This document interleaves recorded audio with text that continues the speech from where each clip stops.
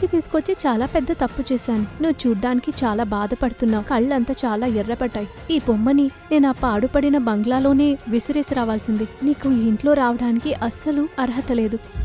అప్పుడు దూరంలో పడి ఉన్న ఆ బొమ్మ, దాని ఒక్క కళ్ళు మెరుస్తూ ఉంటుంది. అది కోపంతో చెప్పింది, నువ్వు నన్ను ప్రేమిస్తున్నావు అనుకున్నాను, కానీ నువ్వు కూడా నన్ను ద్వేషిస్తున్నావన్నది నాకిప్పుడే తెలిసింది. నా కళ్ళని చూసి నువ్వు గేలి చేస్తావా? నువ్వు కూడా వేరే వాళ్లలాగే ఉన్నావు. ఒకవేళ ఇప్పుడు నువ్వు చావాల్సిన సమయం వచ్చింది. దాని తర్వాత అపర్ణ యొక్క అరుపులు వినపడ్డాయి. దాని తర్వాత అన్నీ ప్రశాంతంగా అవుతుంది. అపర్ణ ఇప్పుడే తన కాలేజ్ ముగించుంటుంది. ఆమెకి పాత వస్తువుల్ని కలెక్ట్ చేయడం, దాని గురించి తెలుసుకోవడం చాలా ఇంట్రెస్ట్గా ఉంటుంది. పెద్దదైన తర్వాత తను ఆర్కియాలజిస్ట్ అవ్వాలని అనుకుంది. ఆర్కియాలజిస్ట్ అంటే పురాతన వస్తువుల గురించి తెలుసుకోవడం.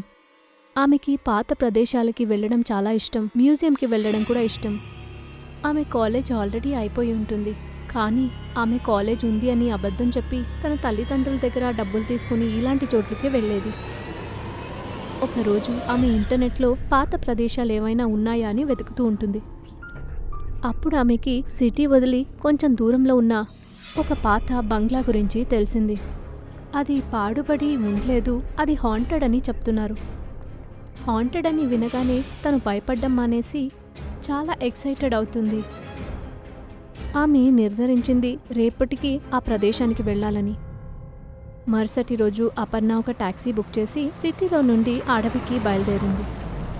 అపర్ణ ఆ అడవిలోకి వెళ్ళింది. అది ఒక భయంకరమైన అడవి. చిన్నదిగా ఆ అడవిలోకి వెళ్ళడానికి ఒక దారి. ఆ అడవి ఎంత చీకటిగా ఉందంటే వెలుతురు కూడా చాలా కష్టపడే భూమి మీద పడుతుంది. అపర్ణకి ఇప్పుడు కొంచెం భయం మొదలైంది. ఆమె మెల్లిమెల్లిగా అడుగు పెడుతూ నడిచింది. చాలా చీకటైన అడవి. అన్ని చోట్ల చీకటిగానే ఉంటుంది. అడవిలో ఉన్నట్టుండి ఏదో శబ్దాలు కూడా వినపడతాయి. అవన్నీ కలిసి ఆ చీకటిని ఇంకా భయంకరంగా మార్చింది. అపర్ణ అదే దారిలో ఇంకా ముందుకు వెళ్తూ ఉంటుంది. అప్పుడు ఏదో పొద కదిలినట్టు ఆమె కనిపించింది. ఈసారి అపర్ణ చాలా భయపడింది. ఆమె దాన్ని చూస్తూ భయపడి నిలబడి ఉన్నప్పుడు వెంటనే వెనకటి నుండి వాళ్ళ స్నేహితుడు ఎవరో పట్టుకున్నారు. దాన్ని చూసి భయపడి ఆమె వెనక్కి తిరిగి చూసింది. ఆమె వెనక్కి తిరిగి చూసినప్పుడు చాలా విచిత్రమైన ఒక అవ్వ నిల్చునుంటుంది. ఆమె నల్లటి చీరను కట్టుకునుంటుంది. ఆమె నిల్చుకోవడం కుదరక ఒక కర్రని పట్టుకుని నిల్చునుంటుంది. ఎవరమ్మా నువ్వు? ఈ అడవిలో ఏం చేస్తున్నావు? అవ్వా, నా పేరు అపర్ణ. నేను ఆ పాడుపడ్డ బంగ్లా ఎక్కడుందని వెతుకుతూ వచ్చాను. పాత పాడుపడ్డ బంగ్లా అని చెప్పగానే ఆమె మొహం మారిపోతుంది. పాత బంగ్లానా? నీకు నీ ప్రాణం మీద అసలు ఆశ లేదా? ఎందుకు? అలా ఆ ఇంట్లో ఏముంది? రహస్యాన్ని రహస్యంగా ఉంచు, లేదంటే నువ్వే ఒక రహస్యం అయిపోతావు. నేను నీకు అర్థం చేయడానికి ప్రయత్నించాను, మిగతావన్నీ నీ ఇష్టం. అలా చెప్పి ఆ అవ్వ అక్కడి నుండి వెళ్ళిపోయారు. అపర్ణ ఒక నిమిషం అక్కడే నిశ్శబ్దంగా నిలబడింది. ఆమె మనసులో చాలా ప్రశ్నలు ఉంటాయి. ఆ అవ్వ నన్ను అక్కడికి వెళ్లకుండా ఎందుకు ఆపింది? అందరూ చెప్పిన విధంగా ఇది హాంటెడ్ హౌసేనా? లేదా ఈ పాత బంగ్లా మీద ఊరి వాళ్ళంతా చేరి ఏదైనా కథ అల్లుతున్నారా? ఇలా అంతా ఆలోచిస్తుంది. ఇలా చాలా కన్ఫ్యూజన్స్తో ఆమె అక్కడే నిలబడింది. చివరికి తను ఆ పాత బిల్డింగ్ చూడాల్సిన ఆ ఆశే తనని మళ్ళీ ప్రేరేపించింది. మళ్ళీ ఆమె ధైర్యంగా ఆ పాత ఇంటి వైపు వెళ్ళింది. కొంచెం దూరంలోనే ఆమెకు ఆ పాత ఇల్లు కంట్లోకి పడింది. చూడ్డానికి ఆ ఇల్లు చాలా పాతగానే ఉంటుంది. అది కూడా అడవికి మధ్యలో ఉండడం వల్ల చాలా భయంకరంగా కూడా ఉంటుంది. అపర్ణ మెల్లిమెల్లిగా నడుచుకుంటూ ముందుకెళ్ళింది. ఆమె ఆ తలుపులకి పక్కనగా వెళ్ళి మెల్లిగా ఆ తలుపుని ఒక చేత్తో తోసింది. అపర్ణ సరే అని ఆ రూమ్ లోపలికి వెళ్ళేటప్పుడు లోపలున్న అన్ని గబ్బిలాలు ఒక్కసారిగా ఎగురుతూ వచ్చాయి. ఒక నిమిషం అపర్ణ హార్ట్ బీట్ పట్ పట్ అని అంటుంది. ఆమెకి కొంచెం సమాధానంగా ఉంటుంది. అలాగే ఆమె సమాధానం చేసుకుని ఆ పాత బంగ్లాలోకి వెళ్ళింది. అక్కడ కూడా చాలా భయంకరంగానే ఉంటుంది. అపర్ణ మెల్లిమెల్లిగా ఆ బంగ్లాని చూడడం మొదలుపెట్టింది. ఆ బంగ్లా ఏమో పాతదే, కానీ కట్టేటప్పుడు చాలా నాజూక్గా కట్టి ఉంటారు. పూర్తిగా అన్నిటినీ శుద్ధం చేసిన తర్వాత అపర్ణ అనుకుంటుంది, ఆ అవ్వ అనవసరంగా నన్ను భయపెట్టింది. ఎంతసేపటి నుండి నేను ఈ రూమ్లో ఉన్నాను, నాకైతే ఏమీ అవ్వలేదే. ఓకే, ఈ రోజు ఎలాగో బాగుంది. ఇప్పుడు మనం ఇంటికి వెళ్ళాలి, ఇప్పుడే ఆలస్యమైంది. అలా అని అపర్ణ అక్కడ బయటికెళ్లాలని నిర్ధారించినప్పుడు వెనకవైపు ఏదో పడినట్టుగా శబ్దం వినపడింది. ఆమె సరే అని వెనక్కి తిరిగి చూసినప్పుడు రాయితో చేసిన ఒక బొమ్మ. దాని ఒక కళ్ళు అందమైన ఒక రాయితో చేయబడింది. కానీ ఇంకో కంట్లో ఉన్న ఒక రాయి ఎక్కడో పడిపోయి ఉంటుంది. ఆ బొమ్మ చూడ్డానికి చాలా పాతగా ఉంటుంది, చూడ్డానికి చాలా విచిత్రంగా కూడా ఉంటుంది. కానీ అపర్ణకి పాత వస్తువులంటే చాలా నచ్చుతాయి కదా, అందువల్ల ఆమెకు ఆ బొమ్మని చూడగానే చాలా నచ్చుతుంది. అరే, ఈ బొమ్మ చాలా అందంగా ఉందే. ఎవరూ అస్సలు ఆలోచించరు ఆ కాలంలో రాయితో చేసిన బొమ్మలు కూడా ఉన్నాయని. దీన్ని నేను నాతోనే పెట్టుకుంటాను. అపర్ణ తన బ్యాగ్ని ఓపెన్ చేసి ఆ బొమ్మని తన బ్యాగ్లోకి పెట్టుకుంది. అప్పుడు ఆ బొమ్మకి ఒక్క కళ్ళు మాత్రం మెరుస్తూ కనపడింది. ఆ బొమ్మని బ్యాగ్లో పెట్టుకుని అపర్ణ అక్కడి నుండి బయలుదేరింది.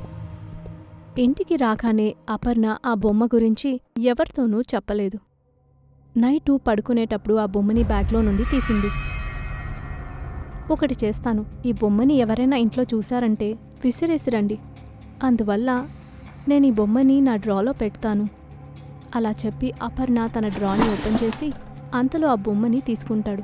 నైట్ అయ్యేసరికి ఆ డ్రా తానుగా ఓపెన్ అవుతుంది. దాంట్లో పెట్టిన ఆ బొమ్మ లేచి కూర్చుంటుంది. ఆ చీకటిలో తన కళ్ళు మెరుస్తూ ఉంటాయి. ఆ బొమ్మ మెల్లిమెల్లిగా అపర్ణ పక్కకొచ్చింది. దాని తర్వాత అపర్ణ పక్కనే పడుకుంటుంది. మరుసటి రోజు ఆమె అపర్ణ రూమ్ని క్లీన్ చేయడానికి వచ్చినప్పుడు అక్కడున్న ఆ బొమ్మను చూసి వాళ్ళు షాక్ అయ్యారు. అరే, ఇదేంటి, చూడ్డానికి ఒక బొమ్మలా కనపడుతుంది, కానీ రాయితో కూడా ఎవరైనా బొమ్మలు చేస్తారా? అప్పుడు అపర్ణకి నిద్ర మెలకు అయ్యి తను చూసినప్పుడు పనివాళ్ళు ఆ బొమ్మని పట్టుకుని ఉంటారు. వెంటనే వాళ్ల దగ్గరున్న బొమ్మ ఆ అపర్ణ తీసుకుని కోపంగా చెప్పారు, ఈ బొమ్మ మీకు ఎలా దొరికింది? ఇది మీతో పాటు బెడ్డు మీద దొరికింది. నా పడకలోనా? అవును, కానీ ఇది మీకు ఎలా దొరికింది? అదంతా వదిలేయండి, కానీ మీరీ బొమ్మ గురించి ఎవరితోనూ చెప్పకండి ప్లీజ్. చూడ్డానికే ఈ బొమ్మ చాలా మోసంగా ఉంది. అదీ కాకుండా ముందే దానికి ఒక కళ్ళు కూడా లేవు. ఇలా ఈ బొమ్మ గురించి నేనెందుకు వేరే వాళ్లతో చెప్తాను? పనామే నవ్వుతూనే అక్కడి నుండి వెళ్ళిపోయింది. ఇటువైపు ఆ బొమ్మకు ఇంకో కళ్ళల్లో విచిత్రమైన మెరుపు కనబడింది. మరుసటి రోజు అపర్ణ నిద్రలో నుండి లేచినప్పుడు వాళ్ళమ్మ చాలా బాధపడుతూ సోఫాలో కూర్చునుంటారు. ఏమైందమ్మా, మీరు చాలా బాధపడుతూ ఉంటారు? మన ఇంటి పని మనిషిని నిన్న ఎవరో హత్య చేశారు. ఏంటి, హత్య? కానీ ఎవరది? ఏం చెప్పను, ఆమె శరీరాన్ని చూస్తే ఏమనిపిస్తుందో తెలుసా? హత్య చేసింది ఎవరో మనుషులు కాదు, మృగాలని. ఆమె శరీరం అంతా గాయపడి ఉంటుంది. ఆమెకి ఒక కళ్ళు కూడా లేదు. అరే దేవుడా, నువ్వు దీని గురించి ఏమీ ఆలోచించకు. వెళ్ళు, ఫ్రెష్ అయ్యిరా, నేను నీకోసం టిఫిన్ రెడీ చేస్తాను. వాళ్ళు ఆ ఇంటి పని మనిషే, కానీ చాలా ఏళ్లుగా పనిచేయడం వల్ల వాళ్ళ ఇంట్లో ఒక్కరుగా అవుతారు. అందువల్ల వాళ్ళు చనిపోవడం వల్ల అందరూ చాలా బాధపడుతూ ఉంటారు. కొన్ని రోజులు అలాగే వెళ్ళిపోతుంది. ఇలా ఉండగా ఒకరోజు అపర్ణ వాళ్ళ ఫ్రెండ్ వాళ్ళ ఇంటికొచ్చుంటుంది. వాళ్ళు రూమ్లో కూర్చుని మాట్లాడుకుంటూ ఉంటారు. నాకు సిటీ బయటున్న ఒక బంగ్లాలో విచిత్రమైన ఒక బొమ్మ దొరికింది. ఏంటి, బొమ్మ ఎక్కడుంది? నాకు ఆ బొమ్మని చూపెట్టు. అపర్ణ వెంటనే ఆ డ్రాని ఓపెన్ చేసి ఆ బొమ్మని బయటికి తీసింది. ఆ బొమ్మని చేతికి తీసుకుని వాళ్ళ ఫ్రెండ్ చాలా గట్టిగా నవ్వింది. ఇదేంటి అంత స్పెషల్ అయిన బొమ్మ? ఇది ఒక రాయితో చేసిన బొమ్మే కదా. దాన్ని వినగానే అపర్ణ చాలా బాధపడింది. హే, ఎక్కువ నవ్వద్దు, నీకేం తెలుసు పాత వస్తువుల గురించి? ఇవ్వెలాగా? అలా చెప్పి అపర్ణ ఆ బొమ్మని డ్రాలో పెట్టడానికి వెళ్ళింది. అలా డ్రాలో పెట్టేటప్పుడు ఆ బొమ్మ కళ్ళు మెరుస్తూ కనపడ్డాయి.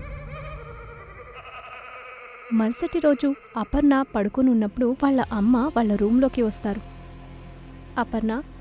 అపర్ణ కొంచెం లేమ్మా. ఏమైందమ్మా, ఎందుకింత పొద్దున్నే లేపుతున్నావు? మీ ఫ్రెండ్ ఒక యాక్సిడెంట్లో చనిపోయారు. ఆ న్యూస్ వినగానే తన నిద్ర చెడిపోతుంది. ఏం చెప్తున్నారు? కానీ ఎలాగా? ఏం చెప్పును, ఇప్పుడే నీ ఫ్రెండ్ నాకు కాల్ చేసింది. తను చెప్పింది తను ఏదో యాక్సిడెంట్లో చనిపోయిందని, ఇంకా తనకింకో కళ్ళు కూడా లేదని. తన ఫ్రెండ్ చనిపోయిన విషయం విని అపర్ణకేం చెప్పాలో అర్థం కాలేదు.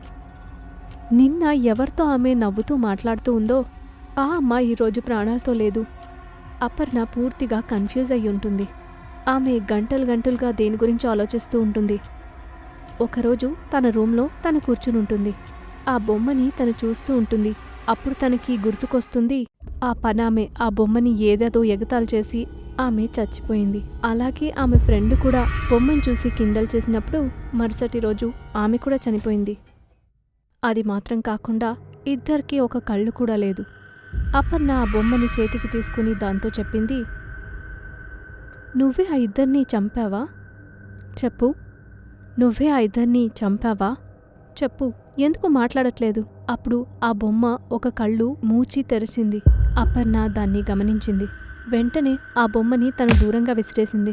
ఆమె కళ్ళలో ఇప్పుడు కన్నీళ్లున్నాయి. ఆమె చేసిన ఒకే ఒక తప్పు వల్ల ఆమె ఈరోజు చనిపోయింది. నిన్ను నేను ఇంటికి తీసుకొచ్చి పెద్ద తప్పు చేశాను. నువ్వు చూడ్డానికి సైలెంట్గా ఉన్నావు. నీకు ఒక కన్ను కూడా లేదు.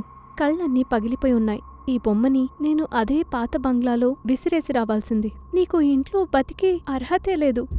అప్పుడు ఒకవైపు పడి ఉన్న ఆ బొమ్మ కంట్లో నుండి మెరుపొస్తుంది. అది కోపంగా చెప్పింది, నువ్వు నన్ను ప్రేమించే మగాడివి అనుకున్నాను, కానీ నువ్వు కూడా నన్ను వద్దనుకుంటున్నావని ఇప్పుడే తెలుసుకున్నా.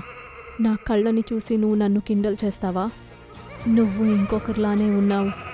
పర్వాలేదు, ఇప్పుడు చావాల్సిన టైం వచ్చింది. దాని తర్వాత అపర్ణ అరుపులు వినపడ్డాయి. దాని తర్వాత అన్నీ సర్దుకున్నాయి.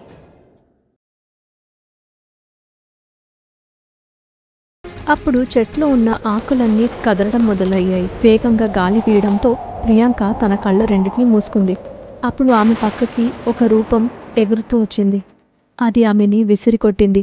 ఆమె దూరంగా వెళ్లి పడిపోతుంది. అలా పడ్డంతో తన చేతిలో ఉన్న పాలు సగం కింద పడింది. దాన్ని చూసి ప్రియాంక భయపడింది. ఎందుకంటే తనతో ఇదే ఆఖరి ఛాన్స్. ఆమె తన కళ్ళని మూసుకుని చచ్చిపోయినట్టుగా నాటకమాడింది. ఆమె చనిపోయిందనుకుని ఆ రూపం ఆమె పక్కకొచ్చింది. చాలా గట్టిగా నవ్వుతూ అది ఇలా అంది, నువ్వు నన్ను చంపడానికి వచ్చావు, కాకపోతే ఇప్పుడు చూడు, నువ్వే చచ్చావు. నన్ను ఎవ్వరు చంపలేరు అసలా. ప్రియాంక రాజేష్ కాలేజ్లో చదువుకుంటూ ఉంటారు. మెడికల్ కాలేజ్లో వాళ్ళది ఫైనల్ ఇయర్. అందువల్ల వాళ్ళు ఒక మంచి ప్రాజెక్ట్ని సబ్మిట్ చేసి తీరాలి. వాళ్ళకి ఎగ్జామ్ జరుగుతుంది. కానీ అంతకు ముందే వాళ్ళ సీనియర్ పక్కనే ఉన్న గ్రామానికి ట్రైనింగ్కి పంపుతారు. నువ్వు ఇక్కడ కూర్చున్నావా? నీకోసం కాలేజ్ మొత్తం వెతికా. అయినా నువ్వు నన్నెందుకు వెతుకుతున్నావు? పద నాతో రా, నీకొకటి చూపియాలి. నేను ఇంత త్వరగా నన్ను ఎక్కడికి తీసుకెళ్తున్నావు? అది కొంచెం చెప్పు. ఏంటి విషయం? అయ్యో పద త్వరగా, ఇది చూడు. ప్రియాంక డాష్ బోర్డ్లో వాళ్ళిద్దరి పేర్లను చూసి చాలా షాక్ అయింది. ఆమెకి ఒక్కటే అర్థం కాలేదు, ఆమె సంతోషంగా ఉందా బాధగా ఉందా అని. దీంట్లో నా పేరు నీ పేరు ఉంది. పక్కనే ఉన్న గ్రామానికి వెళ్ళి అక్కడ మనం జనాల్ని బాగా చూసుకోవాలి. అదే మనకు తగిన ట్రైనింగ్. ఇదే నీకు చూపియాలనుకున్నా. మన ఊరి దగ్గరే గ్రామాలు ఉన్నాయి, కాకపోతే కొంచెం దూరంగా ఉన్నాయి. అక్కడ ఉన్న ప్రజలపైన దీన్ని టెస్ట్ చేయాలనుకుంటున్నారంట. నాకు ఒక్కటే అర్థం కావట్లేదు. గ్రామంలోని జనాలు ఎప్పుడూ భయపడుతూనే ఉంటారు. మనం ఏం చెప్పినా దాన్ని అర్థం చేసుకోరు కూడా. వాళ్ళు ఎవరైనా ఏదైనా చెప్పేది నమ్మడం, మూఢనమ్మకాల్ని పెంచుకోవడం. ఇలా ఉండే మనుషులతో మనం ఎలా ఉంటాం? అరే అసలు ఏం అవదు, త్వరగా మన గ్రామానికి వెళ్తానికి సిద్ధం చేస్తాను. రాహుల్, ప్రియాంక మరుసటి రోజు పొద్దున్నే వాళ్ళ గ్రామానికి వెళ్లారు. వాళ్ళ గ్రామంలోకి వెళ్లేటప్పుడు వాళ్ళ మెడికల్ కిట్ ఇంకా స్టెథోస్కోప్ వేసుకుని వెళ్లేటప్పుడు అందరూ వాళ్ళని ఆశ్చర్యంగా చూశారు. వీళ్ళంతా ఏంటి మనల్ని ఎలా చూస్తున్నారు, ఏదో వింతగా చూసినట్టు? అవును నాన్న, నాకు చాలా భయంగా ఉంది. ఇక్కడ ఉండడానికి మనకి ఒక చిన్న ఇల్లు కూడా దొరకట్లేదు. కనీసం దానికైనా మాట్లాడాలి కదా మనం వెళ్తాం. అన్నా, ఒక్క నిమిషం. చూడండి, మేమంతా ఇక్కడికి వచ్చింది మీకోసం మెడికల్ క్యాంప్ కి. ఈ క్యాంప్ లో మీ అందరికి వైద్య సేవలు ఉచితమే. కాకపోతే మేమంతా ఇక్కడ ఉండటానికి ఒక ఇల్లుని ఏర్పాటు చేసిస్తే చాలు. మా సామాన్లు మేము ఉండటానికి అంతే, దానికి మాత్రమే. ఇక్కడ మా ఎవరి ఇల్లు ఖాళీగా లేవండి. కాకపోతే ఊరు చివర ఒక ఇల్లు అయితే ఉందండి. కాకపోతే పాత ఇల్లు అండి అది. అయితే అక్కడ ఎవరు నివసించట్లేదండి. మీరు ఉండొచ్చు. అయితే కాకపోతే అది ఏమైంది? అప్పుడు రెండో వ్యక్తి వచ్చి మొదటి వ్యక్తితో చెప్పాడు, నీకేమైనా మతిపోయిందరా? ఈ పిల్లల్ని ఆ దెయ్యాలున్న కొంపకి పంపిస్తావేంటి? అందుకే కదరా ఏం మాట్లాడకుండా కాసేపు నోరు మూసుకుని అట్లా ఉండిపోయా. అసలు అక్కడ ఏం జరిగింది, ఏమైంది? మీ ఇద్దరు ఆ ఇల్లు గురించి ఎత్తినప్పుడు అంత భయపడుతూ మాట్లాడుతున్నారు? ఆ ఇల్లంతా బానే ఉంది. కాకపోతే ఆ ఇంట్లో ఎవరైతే ఉంటారో ఆ రాత్రిపూట మరుసటి రోజు వారు చనిపోయే బయటకు వస్తారు. ఆ ఇంటి చుట్టుపక్కల ఏదో అమానుషమైన ఇది జరుగుతాయి. అందుకని ఆ ఇంట్లో ఎవరు ఉండడానికి ఆలోచించరు, అటు పక్కకు కూడా వెళ్ళరు. అందరూ భయపడుతూ ఉంటారు అటు సైడ్ వెళ్ళాలంటే. ఎవరు అక్కడ ఉండరు. అందుకే అంటే దయచేసి మీరు ఇక్కడ నుండి వెళ్ళిపోండి. మాకు ఎలాంటి ఫ్రీ చెకప్లు వద్దు. ఒకవేళ అట్లా ఒంట్లో బాగపోతే మేమే హాస్పిటల్కి వస్తాం. ఇక్కడ ఎలాంటి రూమ్లు ఖాళీగా లేవు. అట్లా ఉన్న రూమ్ ఖాళీగా ఉన్నా కూడా అది మీ ప్రాణానికి ప్రమాదకరం అండి. ఇదంతా అనవసరమైన మాటలు. దెయ్యాలు భూతాలనేవేవీ లేదు. మీరు మాకు ఆ రూమే ఇవ్వండి. అక్కడ కూడా మేము మా క్యాబ్సే వేసుకుంటాం. అందరితో వెళ్ళి కొంచెం చెప్పండి, హెల్త్ క్యాంప్ వేశారు, అందరూ వచ్చి కొంచెం చెక్ చేసి వెళ్ళండని. వాళ్ళిద్దరూ వెళ్ళి హెల్త్ చెకప్ గురించి ఒక క్యాంప్ వేశారని చెప్పారు. చాలామంది ఆ ఇంటికే వెళ్ళి హెల్త్ చెకప్ చేయించుకున్నారు. మెల్లిగా చీకటి మొదలైంది. అందరూ వాళ్ళ ఇంట్లోకి వెళ్ళడం మొదలుపెట్టారు. ఇక్కడ ప్రియాంక, రాహుల్ ఇద్దరు మాత్రమే ఒంటరిగా ఉంటారు. అమ్మయ్య, ఈరోజు పని అయింది. పద, నాకు బాగా నిద్ర వస్తుంది అసలు. నేను కూడా చాలా టైర్డ్గా ఉన్నాను. కానీ ఒకటి చేద్దాం, ఇప్పుడు వీటన్నిటినీ ఇలాగే పెట్టి మనం పడుకుందాం. పొద్దున లేచి చూద్దాం. రాహుల్, ప్రియాంక ఇద్దరూ పడుకున్నారు. కానీ మధ్యరాత్రిలో రాహుల్కి ఎవరో సడన్గా రాత్రుల్లో అరిచినట్టు వినపడింది. వాడు నిద్రలో నుండి లేచాడు. వాడు బయటికి లేచి వచ్చి చూశాడు. అప్పుడు దూరంలో ఒక రూపం ఉండడం అతను గమనించాడు. వాడు ఆ రూపానికి వెనక్కే వెళ్ళాడు. ఆ రూపం ఊర్లోపలికొచ్చి ఒక చోటు అదృశ్యమైంది. అవును అవును, ఇప్పుడు ఈ షాడో అసలు ఎక్కడి నుంచి వచ్చింది? ఎటులింది అయినా ఇది? అవును, ఏంటి ఇంత వింతగా ఉంది? ఏదైనా మొహం పైన ఏంటి రక్తం ఏంటి అసలు? రాహుల్ తలని ఎత్తి చూశాడు. అప్పుడు ఆ రూపం నేరుగా వచ్చి అతన్ని ఎదిరించింది. దాన్ని చూసి రాహుల్ చాలా భయపడ్డాడు. అక్కడి నుండి వేగంగా పరిగెత్తాడు. అక్కడి నుండి పరిగెత్తుతూ ఉన్నప్పుడు ఉన్నట్టుండి ప్రియాంకని గుద్దుకున్నాడు. రాహుల్ ప్రియాంకతో జరిగిన అన్ని విషయాలు చెప్పాడు. కానీ ఉన్నట్టుండి ఆ రూపం నల్లగా మారి మెల్లిగా రాహుల్ని కొరికి రక్తం తాగడం మొదలుపెట్టింది. ఇటువైపు నిద్రలో నుండి లేచిన ప్రియాంక రాహుల్ కనపడలేదు అని అతన్ని వెతుక్కుంటూ వచ్చింది. అప్పుడు ఒక వ్యక్తి అతని దగ్గర ఆ రూపం గురించి కథ చెప్పాడు. ఆ ఊర్లో ఓ వ్యక్తి ఒంటరిగా బతుకుతూ ఉంటాడు. వాడు శివుడికి చాలా పెద్ద భక్తుడుగా ఉంటాడు. గ్రామంలో ఉన్న ఒక అమ్మాయి అతన్ని చాలా ఇష్టపడింది. కానీ ఆమె దాని గురించి ఏమీ అస్సలు పట్టించుకోలేదు. వాడు ఎప్పటికీ శివుడి గురించి ఆలోచిస్తూ ఉంటాడు. ఒకరోజు ఊరి పెద్ద అమ్మాయి అయిన ఆమె వాడి ఇంటికి వెళ్ళి ఏడుస్తూనే బయటికి వచ్చింది. దాని తర్వాత ఊర్లో వాళ్లతో వచ్చి చెప్పింది, వాడు నాతో చాలా తప్పుగా నడుచుకున్నాడు అని. అది వినగానే ఊర్లో యజమాని అతన్ని బాగా కొట్టి ఆ ఇంట్లోనే అతన్ని బంధించి బయట లాక్ చేశారు. చేతులు కాళ్ళు కట్టేసినందువల్ల పరిగెత్తలేక అక్కడే చనిపోయాడు. కొన్ని రోజుల తర్వాత ఊర్లో వాళ్ళందరికీ తెలిసింది, ఊర్లో పెద్ద ఆయన కూతురు అందరితో అబద్ధం చెప్పిందని. కానీ అంతలో అతని ఆత్మ గ్రామంలో ఉన్న ఒక్కొక్క అమ్మాయిని చంపడం మొదలుపెట్టింది. కారణమే లేకుండా గ్రామంలోని ఒక్కొక్క అమ్మాయి చనిపోవడం మొదలుపెట్టారు. ఆ తర్వాత స్వామీజీని రప్పించి ఆ రూపాన్ని ఆ ఇంట్లోనే పెట్టేస్తారు. ఆ రోజు నుండి ఆ రూపం ఆ ఇంట్లోనే ఉంది. ఒకవేళ ఎవరైనా ఆ ఇంట్లోపలికి వెళ్తే వాళ్ళని అది చంపేస్తారు. నాకు తెలిసి మీ మిత్రుని ఆ నీడ చంపేసి ఉంటది. ఆ నీడ ఆ ఇంట్లో ఎవరైతే ఉంటారో లేదా ఆ చుట్టుపక్కల ఎవరైతే వెళ్తారో ఎవరిని వదలదు, చంపేస్తుంది. ఆ రూపాన్ని మనం ఎలా అంత్యం చేయగలం? శివుడి తలపై ఉన్న దూత ఆమె మనల్ని కాపాడగలుగుతుంది, ఆమె రక్షిస్తుంది. దీన్ని గ్రామంలో ఏ ఆడపిల్లలైనా చెయ్యగలరే? అయితే మా గ్రామానికి శాపం ఉంది. అందు కారణంగా మేము ఆ నీడని చంపలేం. అందుకే నువ్వే ఆ నీడని చంపాలి. నీ యొక్క మిత్రుడిని చంపడంపై ప్రతీకారం తీర్చుకోవాలి. నేను ఈ పనిని ఖచ్చితంగా చేస్తాను. ఆ రూపాన్ని నేను అంత్యం చేస్తాను. కానీ ఆ నీడ నిన్ను ఇవన్నీ సులువుగా చేయనివ్వదు అసలా. కానీ నాకు వేరే దారి లేదు. ఆ దెయ్యం మీద, ఆ రూపం మీద నేను ఆ పాలను చల్లి తీరాలి. అప్పుడే ఈ ఊర్లో ఉన్న అందరికీ ఒక ముక్తి దొరుకుతుంది. ఆ రోజు రాత్రి ప్రియాంక శివలింగానికి నీళ్లతో పాలతో అభిషేకం చేసి దాన్ని ఒక చెంబులోకి పట్టుకుని ఆ దెయ్యం మీద చల్లడానికి దాన్ని తీసుకెళ్తాడు. అలా వెళ్తూ ఉండగా వెంటనే ఎవరో ఏడ్చినట్టు శబ్దం వినపడుతుంది. అప్పుడు ప్రియాంకకి గుర్తుకొచ్చింది. ఆ వ్యక్తి చెప్పింది, ఆ దెయ్యం నిన్ను భయపెట్టి ఆ పాలని కింద చల్లడానికి ప్రయత్నిస్తుంది. అప్పుడు నువ్వు కొంచెం కూడా భయపడిపోని. అప్పుడు చెట్లో ఉన్న ఆకులన్నీ కదలడం మొదలుపెట్టాయి. గట్టిగా గాలి వీయడంతో ప్రియాంక తన కళ్ళను మూసుకుంది. అప్పుడు ఆమె పక్కకి ఒక రూపం ఎగురుతూ వస్తుంది. అది ఆమెను విసిరి కొట్టింది. ఆమె దూరంగా వెళ్ళి పడింది. అలా పడడంతో తన చేతిలో ఉన్న పాలు సగం కింద పడింది. దాన్ని చూసి ప్రియాంక భయపడింది. ఎందుకంటే తన దగ్గర ఇదే చివరి ఛాన్స్. ఆమె తన కళ్ళని మూసుకుని చచ్చిపోయి ఉండేలాగా నాటకమాడింది. తను చనిపోయిందేమో అనుకుని ఆ రూపం తన దగ్గరికి వచ్చింది. చాలా గట్టిగా అరుస్తూ అది ఇలాగే చెప్పింది. నువ్వు నన్ను చంపడానికి వచ్చావు, కాకపోతే ఇప్పుడు చూడు నువ్వే చచ్చావు. నన్ను ఎవ్వరు చంపలేరు అసలు. అలా చెప్పి అది ప్రియాంకను తాకడానికి దగ్గరికి వచ్చినప్పుడు వేగంగా ఆ మిగిలిన పాలను ఆ రూపం మీద చల్లేసింది. అప్పుడు ఆ రూపం చాలా గట్టిగా అరవడం మొదలుపెట్టింది. ఆ శబ్దాన్ని విని ఆ గ్రామంలోని ప్రజలందరూ అక్కడికి వచ్చారు. ఆ తర్వాత ఆ రూపం ఉన్నట్టుండి బూడిదగా మారి అక్కడి నుండి మాయమైపోయింది. ఇప్పుడు ఆ గ్రామంలోని జనాలకు ఆ దయ్యం నుండి విడుదల కూడా దొరికింది. రాకేష్ కూర్చుని భయంకరంగా ఏడుస్తూ ఉంటాడు. దిశ ఆత్మహత్య చేసుకుంటుందని ఎవ్వరూ అస్సలు అనుకోలేదు. ఎవరికీ ఏమీ అర్థం కాలేదు దిశ రాకేష్తో ఎంత సంతోషంగా ఉందో. ఒకటిగా కాలేజ్కి వెళ్ళడం, వాడి కోసం టిఫిన్ చేయడం, ఇదంతా దిశకి ఎంత ఇష్టం. కాలేజ్లో కూడా అందరికీ తెలిసిపోయింది దిశ నాగేష్కి మధ్య ఏదో ఉంది అని. దిశ వాళ్ళ అమ్మ నాన్న కూడా ఆ విషయానికి ఓకే చెప్పారు.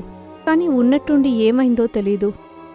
దిశ తన హోటల్ రూమ్ అయిన 9వ అంతస్తు నుంచి పడి సూసైడ్ చేసుకుంది. ఎవరికీ ఏమీ అర్థం కాలేదు. రాకేష్ దాన్ని తలుచుకుని చాలా భయంకరంగా ఏడుస్తూ ఉంటాడు. అతన్ని సమాధానం చేయడం అందరికీ చాలా కష్టంగా ఉంటుంది.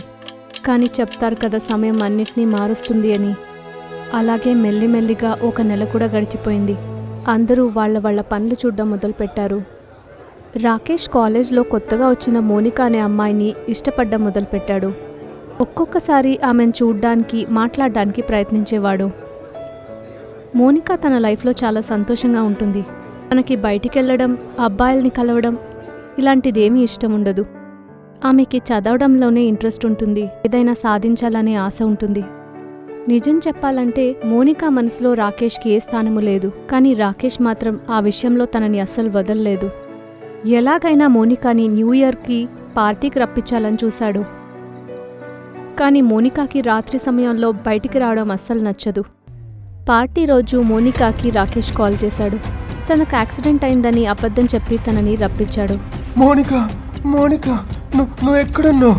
నాకు యాక్సిడెంట్ అయింది, కాస్త నా కోసం నువ్వు వస్తావా? మీ హాస్టల్ బయట అయింది, నాకు బాగా దెబ్బలు తగిలాయి, తల మీద కూడా దెబ్బ తగిలింది, రక్తం వస్తుంది, దయచేసి రావా, త్వరగా రావా నువ్వు. దాని తర్వాత అతను మోనికా కోసం హాస్టల్ దగ్గర వెయిట్ చేస్తూ ఉంటాడు. అక్కడే అతను దిశ కోసం ఎప్పుడూ వెయిట్ చేస్తూ ఉంటాడు. భయపడిపోయి మోనికా వెంటనే గేట్ నుండి బయటకొచ్చింది. అక్కడ బైక్లో కూర్చునున్న రాకేష్ని చూసి తను చాలా కోప్పడింది. రాకేష్, నీకు తెలుసు కదా నాకిలా ఆట్లాడితే అస్సలు నచ్చదని. నాకు నా ఫైల్ కంప్లీట్ చేయాలి. నేను ఇంకా 2 రోజుల్లో దాన్ని సబ్మిట్ చేయాలి. నువ్వెందుకు ఇలా చేస్తున్నావు? తనకి పార్టీకి వెళ్ళడం అస్సలు నచ్చలేదు. అరే బంగారం, రేపు సెలవే కదరా, నువ్వు ఎట్లాగో అవన్నీ కరెక్ట్గానే సబ్మిట్ చేసేస్తావు. పద నాతో, నువ్వు బయలుదేరు. ఇవాళ రాత్రంతా మనం ఎంజాయ్ చేద్దాం, డాన్సులు వేద్దాం. పద, ఈ ఒక్కసారికి రావచ్చు కదా, ఈ ఒక్కసారికి అడుగుతున్నా, ఇంకెప్పుడు అడుగు మళ్ళీ తిరిగి. ప్లీజ్ మోనికా, దయచేసి అర్థం చేసుకో. సరే, నా బర్త్డే గిఫ్ట్ ఎలాగో నువ్వు ఇవ్వాలి కదా, దాని బదులుగా ఇది రా. వచ్చే నెల ఎలాగో నా బర్త్డే కదా, అప్పుడిచ్చే బదులు అదేదో ఇప్పుడే ఇవ్వు నాతో వచ్చి. ఇలా ఆఖరికి రాకేష్ మోనికాని ఒప్పుకునేలా చేశాడు. దాని తర్వాత అతనితో మోనికా హోటల్కి వెళ్ళింది. అందరూ క్లబ్లో పార్టీ ఎంజాయ్ చేస్తూ ఉంటారు. కానీ అక్కడున్న పొగ, ఆ సారాయి స్మెల్ మోనికాకు అస్సలు నచ్చలేదు. దాని తర్వాత రాకేష్ మోనికాని అక్కడే ఉన్న ఓ గదిలోకి వెళ్ళి రెస్ట్ తీసుకోమన్నాడు. సరే, మరేం పర్లేదు మోనికా, నువ్వు రూమ్ నంబర్ 902కెళ్ళు. మనం అది బుక్ చేసింది. ఆ రూమ్లోకి వెళ్ళి కాసేపు రెస్ట్ తీసుకుని ఫ్రెష్ అప్ అవ్వు. అవసరమైతే మధ్యలో నేను వస్తా, ఏం కంగారు పడకు. మోనికా రెస్ట్ తీసుకోవడానికి రూమ్ నంబర్ 902కి వెళ్ళింది. తను అక్కడికి వెళ్ళి బెడ్ మీద పడుకొని ఉంటుంది. అప్పుడు రాకేష్ లోపలికి వచ్చాడు. మోనికా వీపు రాకేష్ పక్కన ఉంటుంది. రాకేష్ మోనికాకు దగ్గరగా వెళ్ళాలనుకున్నాడు. నాకేమనిపిస్తుందంటే మనిద్దరం కలిసి పెళ్లి చేసుకోవాలి. నీకు నేను దూరంగా ఉండలేకపోతున్నా. అలా చెప్పి రాకేష్ మోనికాని తాకాలని అనుకున్నాడు. అప్పుడు మోనికా తిరిగి కూడా చూడకుండా గట్టిగా చెప్పింది, ఓ ఇలాగే కదూ నువ్వు దిశాని పెళ్లి చేసుకోవాలని అనుకున్నావు? తనను వదిలి దూరంగా ఉండలేనని చెప్పావో? దాన్ని వినగానే రాకేష్ చాలా షాక్ అయ్యాడు. ఉన్నట్టుండి రూమ్లో చీకటవుతుంది. అప్పుడు ఫ్యాన్ తిరిగే శబ్దం చాలా ఎక్కువగా వినపడింది. కానీ ఫ్యాన్లో ఒక అమ్మాయి వేలాడుతూ ఉంటుంది. ఆ శవం కూడా ఆ ఫ్యాన్లో వేగంగా వేలాడుతూ ఉంటుంది. అందువల్ల ఆ శవం మొహం అస్సలు కనపడట్లేదు. ఆ శవం తల మీద ఏదో గట్టిగా దెబ్బ తగిలినట్టు కనపడింది. ఆ శవం మొహం అంతా వెంట్రుకలుంటాయి. వీటినంతా చూసి రాకేష్ చాలా భయపడి గట్టిగా అరవడం మొదలుపెట్టాడు. కొంచెం కూడా ఆలస్యం చేయకుండా అతను రూమ్ వదిలి వెళ్ళాడు. అప్పుడు అతను వాళ్ళ ఫ్రెండ్స్ని చూశాడు. వాడి దగ్గర చెప్పాడు వాళ్ళ రూమ్లో ఓ శవం వేలాడుతుందని. అప్పుడు వాళ్ళంతా చూసి ఆ రూమ్లోకి రావాలనుకున్నప్పుడు అక్కడ ఏదీ లేదు. దాన్ని చూసి ఫ్రెండ్స్ అంతా చెప్పారు, ఒరేయ్, నాకు తెలిసి నీకు మైండ్ దబ్బింది అనుకుంటారా బాగా ఎక్కువ తాగేసరికి. సరే, ముందు నీ రూమ్కి వెళ్ళి కాస్త కాలు చేతులు మొహం కడుక్కుని రెస్ట్ తీసుకో. రాకేష్ దాని తర్వాత అతని రూమ్లోకి వెళ్ళాడు. ఇలా జరగడంతో అతను మోనికాని అస్సలు మర్చిపోయాడు. ఎందుకంటే ఇప్పుడు రూమ్లో మోనికా కూడా లేదు. మొహం కడగడానికి కోసం రాకేష్ వాష్రూమ్కి వెళ్ళగానే అతనికి ఆ బాత్ టబ్లో అదే రూపం కనపడింది. కొంచెం సేపటికి ముందు ఫ్యాన్లో వేలాడుతున్న అదే శవం. ఆ శవం మొహం వెంట్రుకలతో మూయబడి ఉంటుంది. ఆ శవం నీళ్లలో మునిగి ఉంటుంది. అలా ఆ శవాన్ని నీళ్లలో చూసి భయపడి రాకేష్ మళ్ళీ బయటికి పరిగెత్తుకొని వచ్చాడు. ఇప్పుడు మళ్ళీ అతన్ని వాళ్ళ ఫ్రెండ్స్ అంతా కిండల్ చేస్తున్నారు. ఒరే మామ, ఏంట్రా నువ్వు ఎంత పెరిగి పందవా? ఏమైందిరా, ఒక అమ్మాయి కూడా పడినట్టు అట్లా చేస్తున్నావు? ఏదో ఆ అమ్మాయి నీ మీద మంత్రం వేసినట్టు ఎక్కడ చూసినా ఆ అమ్మాయి కనపడుతుంది, ఆ అమ్మాయి కనపడుతుంది అంటున్నావు. ఏమైందిరా అసలు నీకు? అతను మళ్ళీ ధైర్యంగా అతని రూమ్లోకి వచ్చి చూశాడు. అప్పుడు బాత్రూంలో ఎవరూ లేరు. అప్పుడే అతనికి గుర్తొచ్చింది మోనికా ఎక్కడికి వెళ్ళింది అని. అతను మోనికాని వెతకడం మొదలుపెట్టాడు. అతని రూమ్లో లైట్లన్నీ ఆఫ్ అయి ఆన్ అవుతూ ఉంటాయి. అప్పుడు వాడు ఆ రూమ్ కిటికీలో నుండి బయట తొంగి చూడ్డానికి మొదలుపెట్టాడు. బయట అలా చూడగానే అతనికి ప్రాణం పోయినట్టు అనిపించింది. ఎందుకంటే అతని బిల్డింగ్కి ఎదురుగా ఉన్న బిల్డింగ్లో ఒక అమ్మాయి మేడ మీద నడుస్తూ వెళ్తూ ఉంటుంది. వాడు ఆ అమ్మాయి మొహం చూడ్డానికి చాలా ప్రయత్నిస్తూ ఉంటాడు. అప్పుడే వాడు గమనించాడు ఆ అమ్మాయి ఏ డ్రెస్ వేసుకుంది అంటే మోనికా అతనితో వచ్చినప్పుడు ఏ డ్రెస్ వేసుకుందో అదే డ్రెస్. అతను డీప్గా చూస్తే అది మోనికాని. తను మెల్లిగా మిద్ద మీద నడుచుకుంటూ వెళ్తూ ఉంటుంది. దగ్గర అది 11వ మిద్ద. కొంచెంగా ఏమాడినా కానీ ఆమె అక్కడి నుండి పడిపోతుంది. దాన్ని చూసి రాకేష్ గట్టిగా అరిచాడు. అతని ఫ్రెండ్స్ అంతా అతని రూమ్కి వచ్చారు. కరెంట్ కూడా వచ్చింది. అతను అతని ఫ్రెండ్స్తో ఆ విషయం చెప్పాడు. అప్పుడు అందరూ కిటికీలో నుండి బయటికి చూశారు. అప్పుడు అక్కడ ఎవ్వరూ లేదు. కానీ ఇప్పుడు రూమ్లో కూడా మోనికా లేదు. రాకేష్ మోనికాకి కాల్ చేశాడు. అలా కాల్ చేయడంతో మోనికా హాస్టల్లో ఉంటుంది. ఆమె అక్కడి నుండి ఈరోజు బయటికి రాలేదు. రాకేష్కి ఏమీ అర్థం కాలేదు. అతను అదే కన్ఫ్యూషన్లో ఆ రోజు ఆ హోటల్ వదిలి ఇంటికి బయలుదేరేస్తాడు. అలా బైక్ నడుపుకుంటూ వెళ్తూ ఉండగా ఉన్నట్టుండి ఆ బైక్ చెడిపోయి ఆగిపోతుంది. అతను కొంచెం గాబరాగా అయ్యాడు. అప్పుడు పక్కనే అండర్ కన్స్ట్రక్షన్లో ఉన్న ఓ బిల్డింగ్ అతని కంటికి పడింది. అతను ఆ బిల్డింగ్లో నుండి మెట్ల మీద నుండి పైకెళ్ళి అక్కడే పడుకుని ఆకాశంలో నక్షత్రాలు చూస్తూ ఉంటాడు. అప్పుడే అతనికి అనిపించింది అతని పక్కనే ఎవరో పడుకునున్నట్టు. అతను భయపడి తిరిగి చూశాడు. అప్పుడు దిశ ఆత్మ గాలిలో తిరుగుతూ ఉంటుంది. పొడవైన జుట్టు గాలిలో తేలుతూ ఉంటుంది. అలాగే తెల్లని రంగులో గౌన్ వేసుకుని ఉంటుంది దిశ. అప్పుడు దిశ, రాకేష్, నువ్వు నాతోనే ఉండాలని ఆశపడ్డావు కదూ, నన్ను పెళ్లి చేసుకోవాలని ఆశపడ్డావు కదూ, ఏమేమో చెప్పి నాతో ఉన్నావు కదూ, ఇంత తొందరగా వదిలేసావే, నన్ను ఎందుకు చంపావు, ఎలా నాతో నాటకం ఆడావు, తర్వాత నేను నీకు దక్కిన తర్వాత నువ్వు నన్ను మేడ మీద నుండి ఎందుకు తోసేశావు, ఎందువల్ల నువ్వు నన్ను చంపావు, ఇక మీదట నేను నిన్ను ఒంటరిగా ఉండనివ్వను, నాతోనే వస్తావా, నా పక్కకు వస్తావా, రా, నా పక్కకు రా. అలా చెప్పి తన రూపం చేయి చాచి రాకేష్ని అటువైపుగా లాక్కుంది. అప్పుడు ఒక జోరైన శబ్దంతో రాకేష్ శరీరం 9వ అంతస్తు నుండి కింద పడింది. ఇలా దిశ రాకేష్ పైన పగ తీర్చుకుంది. మోనికా రాకేష్ వలలోకి పడకుండా ఉండేదాకా తనను బాగా చూసుకున్నాడు.